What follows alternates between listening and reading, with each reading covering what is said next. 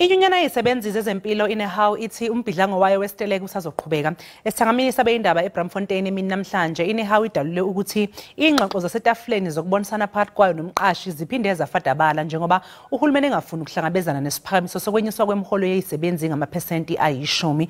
Uhulumeni akagudluki kulokho akubeke etafuleni njengoba efuna ukwenyusela iziSebenzi ngo-4.7 wamaphesenti. Nehawu budalule ukuthi izingxoxo zokubonisana nomqashi ziphinde zehluleka ukuletha isixazululo sombango wamaholo ezisebenzi zezempilo. Inyunyana ithi ukufadabala kwezingxoxo kusho ukuthi isiteleka sabo sizoqhubeka nakuleli sonto liqalayo. With this arrogance displayed by government, it is important to confirm that Nehawu continues with the strike in a more intensified manner as from tomorrow, Monday the 13th March 2023. To demonstrate to government the seriousness with which we take the concerted efforts to underplay the role and the significance of public servants who are at the coalface of service delivery.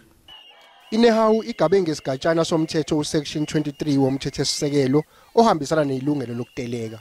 Bayazihlangula kulokho okushiwo ungqongqoshe wezempilo osole Nehawu ngokuthi isiteleka sayo sibeka engcupheni impilo yalabo abadinga usizo lwezempilo.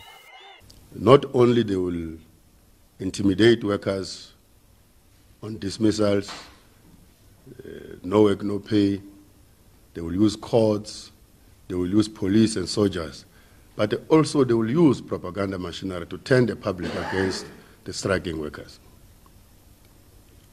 They are determined, as we are saying in our statement, that never before have ever seen a very determined and committed state that wants to defeat workers.